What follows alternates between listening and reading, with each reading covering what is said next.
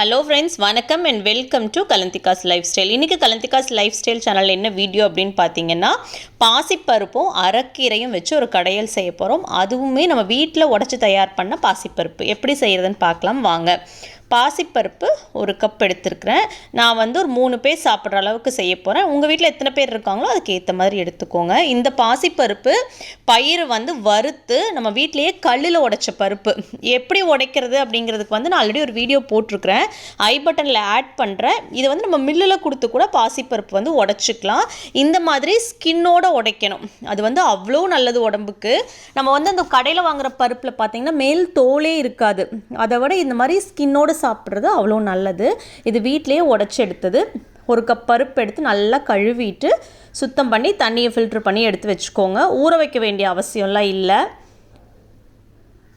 தண்ணி நல்லா கொதிச்சு வந்ததுக்கப்புறமா 3 பங்கு தண்ணி எடுத்துக்கோங்க. பருப்புக்கு 3 பங்கு தண்ணி. ரசம் வைக்கிற மாதிரி இருந்தால் இன்னும் கொஞ்சம் சேர்த்து கூட எடுத்துக்கலாம்.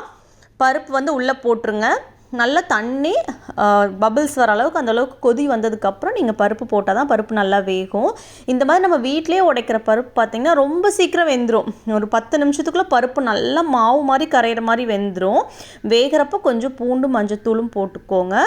கீரை இந்த மாதிரி நான் வாஷ் பண்ணி எடுத்து வச்சுருக்கிறேன். எப்போவுமே கீரை ரொம்ப பொடி பொடியாக நறுக்கக்கூடாது. அதனோட சத்துக்கள் எல்லாமே போயிடும்.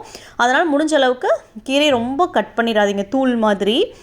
பருப்பு பாருங்கள் ரொம்ப சீக்கிரம் வெந்துடும். இந்த மாதிரி வீட்டிலேயே உடைக்கிற பருப்பு நல்லா மாவு மாதிரி வெந்துடும். கடைகளில் வாங்குறது தான் சரியாக வேகாது.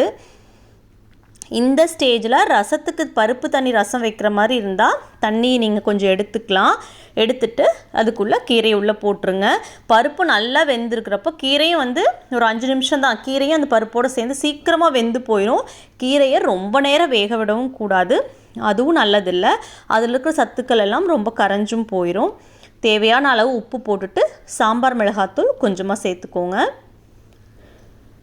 மூடி வைக்க வேண்டாம், ஓப்பன்லேயே வேகட்டும்.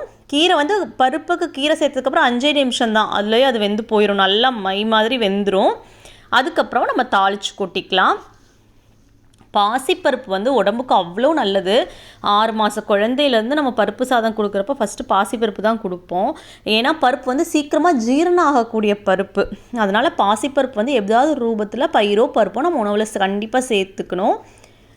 வேறொரு பேனில் 2 ஸ்பூன் தேங்காய் எண்ணெய் விட்டு கடுகு போட்டு தாளிச்சுக்கோங்க. கூட சின்ன வெங்காயம் கருவேப்பிலை சேர்த்துருக்குறேன்.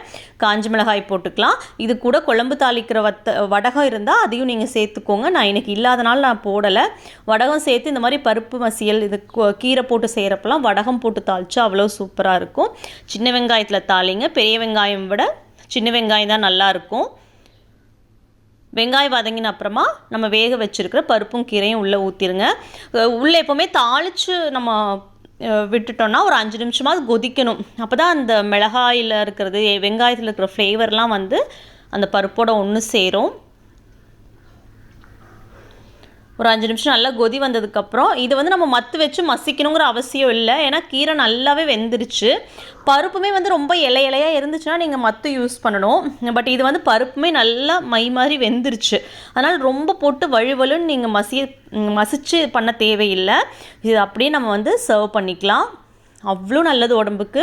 கண்டிப்பாக இந்த மாதிரி பாசிப்பருப்பு வாங்கி செஞ்சு பாருங்கள். கண்டிப்பாக உங்களுக்கு டேஸ்ட் பிடிக்கும். எப்படி இருந்துச்சு அப்படிங்கிறதையும் என் கூட ஷேர் பண்ணிக்கோங்க. தேங்க்ஸ் ஃபார் வாட்சிங். பாய்.